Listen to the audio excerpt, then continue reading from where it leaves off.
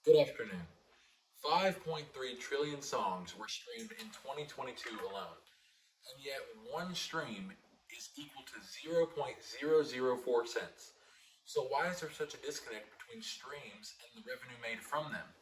And it asks the question, does streaming bode well for the future of the music industry?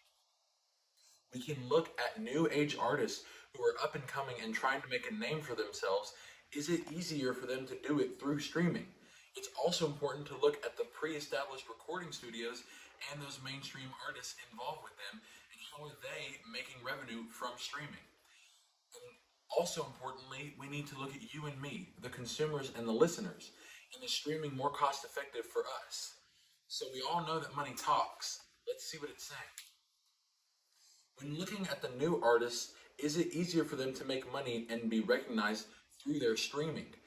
Well, Luminate, who is entertainment's permanent data and insights company, has a statistic that states that 72.2% of streams that were made last year were 18 months or older and off the Billboard Top 100s.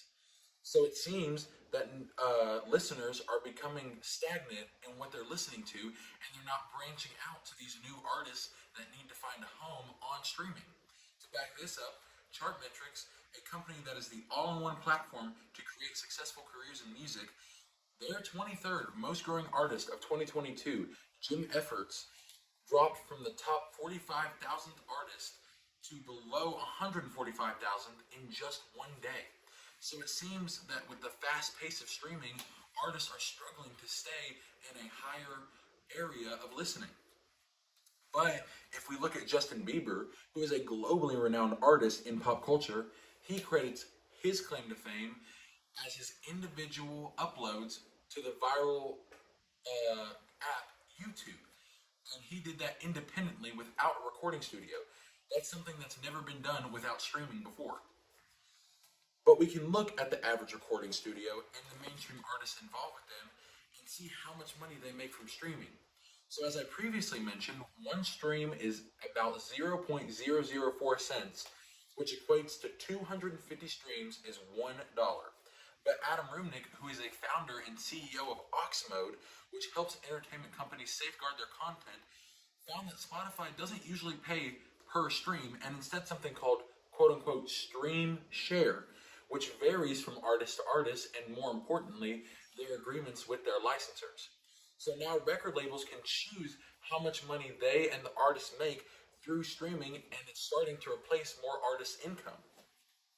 John Anderson, who is a founder of Two Story Melody, which is a site all about stories in the entertainment industry, found that the main way artists make money is through their live performances, with streaming royalties being second. And yet, their biggest cut of income is streaming royalties at 74.3%.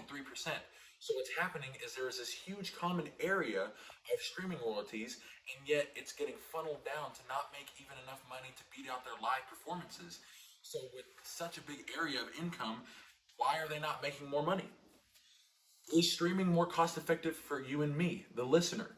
Well, Oscar Hinway, a student at Harvard, found that streaming only costs about $10 per month, depending on what service you're using, and it is much more cheaper and effective than buying full albums at an individual price. And most services have an ad free listening capacity, which has allowed more listeners than ever to create a listening profile and listen to the music that they want to. So streaming has obviously taken over the state of listening, and it has shown us what it can do to change the industry, but is that going to be for the better? And does streaming really bode well for the future of the music industry? We've looked at the up and coming artists and see how they can struggle to make a way through streaming. We've also looked at the relationship between a recording studio and the artists themselves. And is streaming easier and cheaper for the consumers? Well, streaming is cheaper for the consumer, and streaming also allows record companies to decide and make revenue for the artists and themselves with this new way of stream share. But new artists like Jim Efforts are dropping in the ranks as listeners move on to the next thing. And a fruitful source of income is still the live performance, even though streaming makes up almost 75% of their common area of an artist's income. So at this rate, streaming is really going nowhere. But how well it can accept these new artists and revitalize music as a whole all depends on where we decide to take our hard earned cash.